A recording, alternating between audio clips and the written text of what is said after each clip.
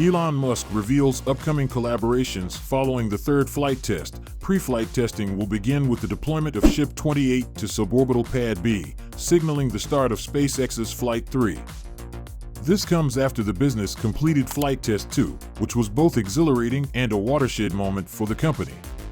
In preparation for a flight set to take place in early 2024, this will mark the beginning of what is expected to be. Ship 28 and Booster 10 will undergo a limited testing campaign. However, SpaceX has already released the forthcoming pairings following Flight Test 3, or IFT3. And that's what we'll find out in today's episode, along with launch site enhancements completed before IFT3. So keep an eye out. Ship 28 was moved to suborbital Pad B on December 14, 2023, to complete engine testing before the third test flight of the Starship stack. Ship 28 has now completed 2 cryoproof tests at Massey's, and it will spend the next 2.5 months at the Sanchez site on the ship stand, where it will receive its engines and adjustments.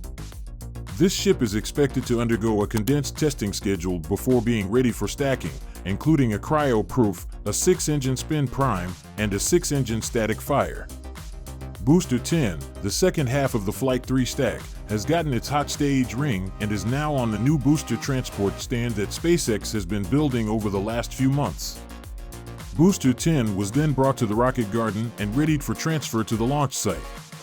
Even though the new transport stands make it impossible to see the complete ship, Booster 10 appears to have all its engines and shielding. The unique perspectives resemble a tiny version of the orbital launch mount, which enables the simultaneous deployment of 20 arms and clams without operator participation. Similarly, the new stands will make moving boosters much easier and prepare them for stacking onto the OLM.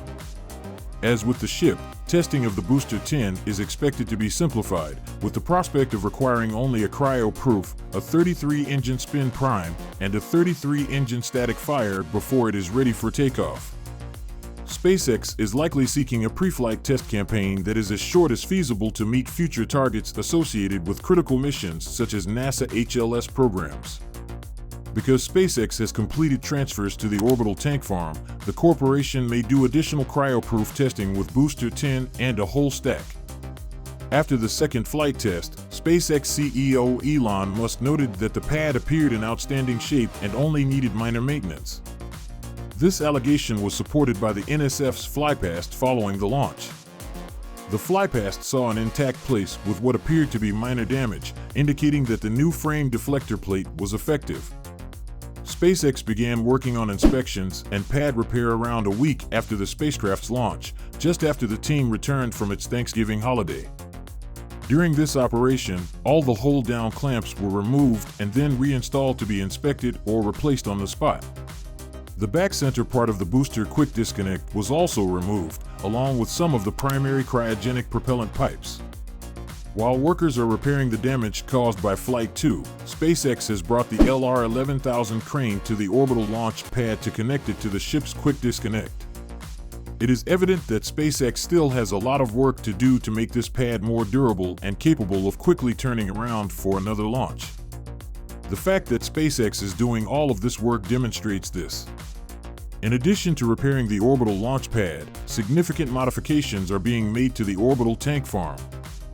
Before the second test flight, SpaceX added 4 additional subcoolers, 2 additional pumps to the liquid oxygen side, 2 additional subcoolers, and 1 additional pump to the methane side. They had not, however, joined these components. As a result, SpaceX will be able to equip the orbital launch pad with greatly expanded capacity and loading capabilities. In addition to 9 new horizontal tank mounts, 5 have already arrived.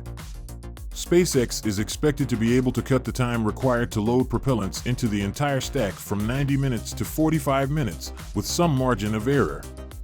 Because SpaceX has begun testing and purging the newly connected pumps and subcoolers, it is evident that the significant upgrades to the orbital tank farm are nearly complete. In the future, Flight 4 should comprise Ship 29 and Booster 11. Ship 29 is now at the high bay, receiving pre-flight work and adjustments while waiting to be mounted on the engine and put on the stand at Sanchez, or the first vehicle to use the new high bay. Booster 11 has been on the booster work stand for over a month, waiting for its engines and other pre-flight procedures to be completed. SpaceX may change the flight schedule for Flight 5, which is planned to feature Ship 30 and Booster 12. Booster 12 has been moved to Mega Bay 1's left work stand, where it should be preparing for cryo-proof testing. Ship 30 is now finishing up its job in High Bay. These vehicles are waiting to be raised onto their respective thrust ram platforms before being transferred to Massey's for cryo-proof testing. Ship 31 and Booster 13 are probably Flight 6, which is now paused for maintenance. Ship 31 had been waiting for a slot in the High Bay to become available again after being relocated to the rocket guard, even though the first thrust component was discarded for unknown reasons. Booster 13 still needs a replacement. Ship 32 has been wholly stacked and is currently doing nothing but sitting on the turntable in the High Bay, whereas Ship 28 is receiving all of the attention that Flight 3 requires. Booster 14, which appears to be the other half of Ship 32, has pieces discovered in the vineyard. Elon Musk has posted a photo on X of the High Bay and ships 28, 29, 30, and 32. Similarly, he stated in this article that they were the last copies of Starship's first version. It should be noted that Ship 31 is now in the Rocket Garden and is part of the version 1 ship collection. After some time, he said that version 2 will have enhanced dependability, higher fuel capacity, and a lower dry mass. Even though SpaceX has previously abandoned S-33 components, there have been no confirmed sightings of version 2 hardware thus far. The new High Bay is nearly finished on the production site where it is being built. Based on the images and other fixtures being constructed, this new berth will be used for ship construction. The number of rockets and boosters SpaceX produces will skyrocket once this bay is completed and Star Factory is operational. The configuration should be the same as Mega Bay 1, commonly known as the Booster Bay, with 3 workstands on the back and 1 turntable in each front corner. While we wait for additional information, let's look at the most recent SpaceX news. Amazon is attempting to dismiss a complaint alleging that it disregarded Elon Musk's space company in the previous year, just days after it announced a partnership with SpaceX. Thanks for watching the video.